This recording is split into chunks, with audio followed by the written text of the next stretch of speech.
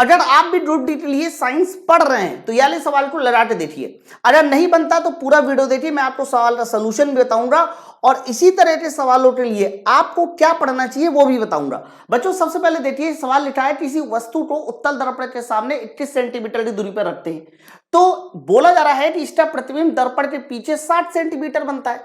यानी पहले जो वस्तु की दूरी थी वो 21 सेंटीमीटर थी, जिसको आप माइनस लोगे, और बाद में इसके लिए प्रतिबिंब की दूरी 7 सेंटीमीटर है, और उत्तल दर्पण में प्रतिबिंब हमेशा राइट साइड बनता है, इसलिए मैंने +7 लिया।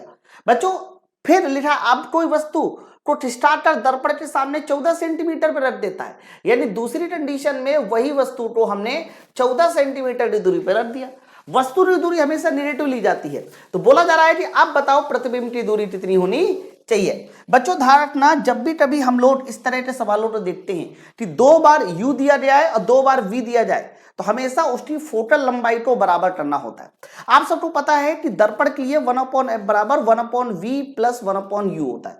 करना कुछ नहीं है, एक बार 1/v प्लस 1/u, तो v की वैल्यू 7 है ना, प्लस 1/u करेंगे तो हमारा 1/21 माइनस में, क्योंकि प्लस है तो वो माइनस में आ जाएगा। और इसी तरीके से जब इसके लिए भी 1/f बराबर 1/v प्लस 1/u लगाएंगे बच्चों, तो 1/ जैसे u लगाएंगे तो ये पूरी कैलकुलेशन कुछ इस तरह से सेट होगी। हमने कुछ नहीं किया है, 1/f वाले फॉर्मूले को 2 बार लगाया, दोनों को बराबर कर दिया, सिंपल सी बात है। अब आप ये बताओ, इनमें अगर मैं एलसीएम लेना चाहूं तो एलसीएम ले लीजिए, या फिर सीधा सीधा 1/v इधर ले आइए, तो ये हमारा 8/7 हो जाएगा, माइनस 8/21 हो जाएगा, और ये जो माइनस का है ये इधर आ जाएगा तो 1/14 हो जाएगा। एलसीएम ले लीजिए, तो यहां पर एलसीएम हो जाएगा 42 का, 7 6 42, 21 दूनी 42, 14 3 42।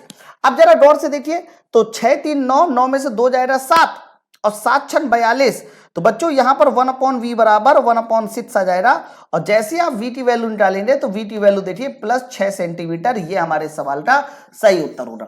बच्चों इसी तरीके के और बेहतरीन कॉन्सेप्ट के साथ आप माई पाठशाला एप्लीकेशन में मेरा साइंस का बैच ज्वाइन कर सकते हैं, जो कि पूरी तरीके से ग्रुप डी 2022 और एनसीईआरटी के पैटर्न पर है।